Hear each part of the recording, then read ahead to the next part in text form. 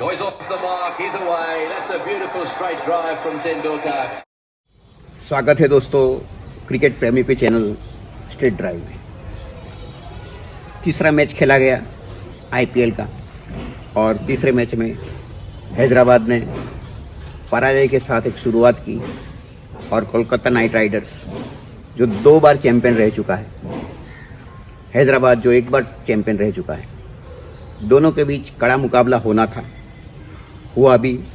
लेकिन power play में ही ये समझो गेम चला गया था हैदराबाद के हाथ से, क्योंकि पहले 6 ओवर में अगर कोलकाता 50 रन बना लेती और वो भी बिना कोई विकेट खोए तो सामने हैदराबाद का बहुत अच्छा स्टार्ट होना जरूरी था।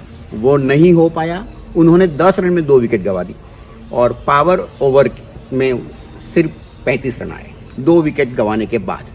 तो जो स्टेज सजाया गया था, जो मंच सजाया गया था बॉलर्स के लिए, कोलकाता नाइट राइडर्स के बैट्समैनों ने वो बहुत अच्छा सजाया था।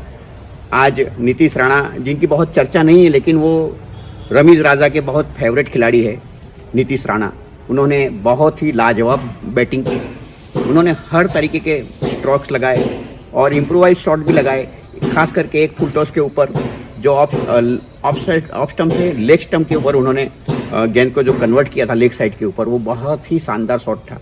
और इसी के चलते जिसकी नीतीश राणा की, हालांकि जितने युवा बैट्समैन हैं उनकी जितनी चर्चा है, उनकी चर्चा इतनी नहीं होती है, फिर भी आज नीतीश राणा ने बताया कि वो महाराणा है जहां तक ओपनिंग बैट्समैन का सवाल है।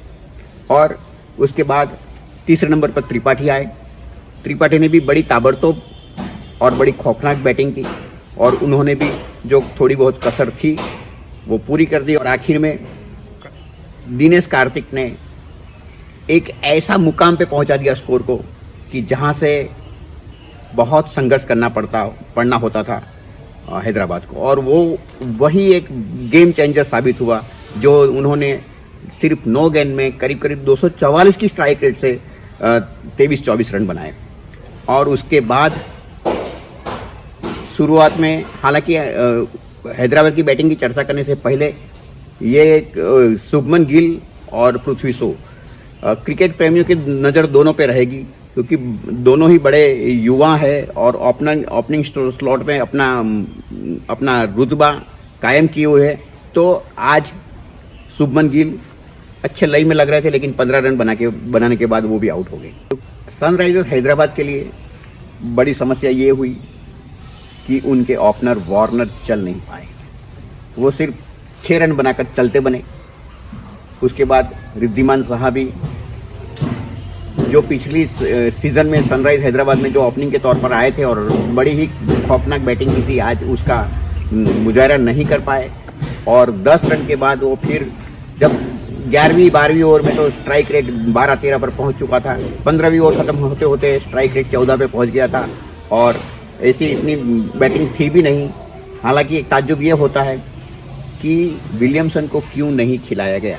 अगर नबी की जगह पे विलियमसन को खिलाते तो हो सकता था कि जो 10 रन का जो अंतर रह गया विजय और पराजय के बीच में, वो शायद कम हो सकता था। दूसरी बात, हरभजन को सिर्फ 1 ओवर दिया गया। लगता है कि हरभजन को सिर्फ और सिर्फ लेफ्ट हैंडेड बैट्समैन के लिए रखा गया था और वार्नर जल्दी आउट हो गए। उसके बाद इतने लेफ्ट हैंडेड बैट्समैन हैदराबाद के पास थे नहीं और इसलिए उसका इस्तेमाल नहीं किया गया। लेकिन उनको भी सोचना होगा कि हरभजन का उपयोग कैसे करना है। और दूसरी बात, हैदराबाद ने समद के हिटिंग एबिलिटी को उसका नज़रअंदाज नहीं किया जा सकता क्योंकि वो अच्छे फील्डर भी है, अच्छे बॉलर भी है और अच्छे हिटर भी है। पिछली सीजन में भी उन्होंने अपना रुतबा दिखाया था, उम्मीद करते हैं कि इस सीजन में भी वो अपना रुतबा दिखाएंगे। तो इसी के साथ हम आज की पोस्ट मैच एनालिसिस को ख़त्म करना चाहेंगे। और अब ये जो दौर है कोरोना का बहुत विकराल स्वरूप धारण कर चुका है, तो इसमें हमारे क्रिकेट प्रेमी और हमारे जो चैनल देखते हैं उन सबको सिर्फ यही प्रार्थना है कि वो बिन जरूरी घर के बाहर न निकले और आईपीएल के मैचेस का एंजॉय करें।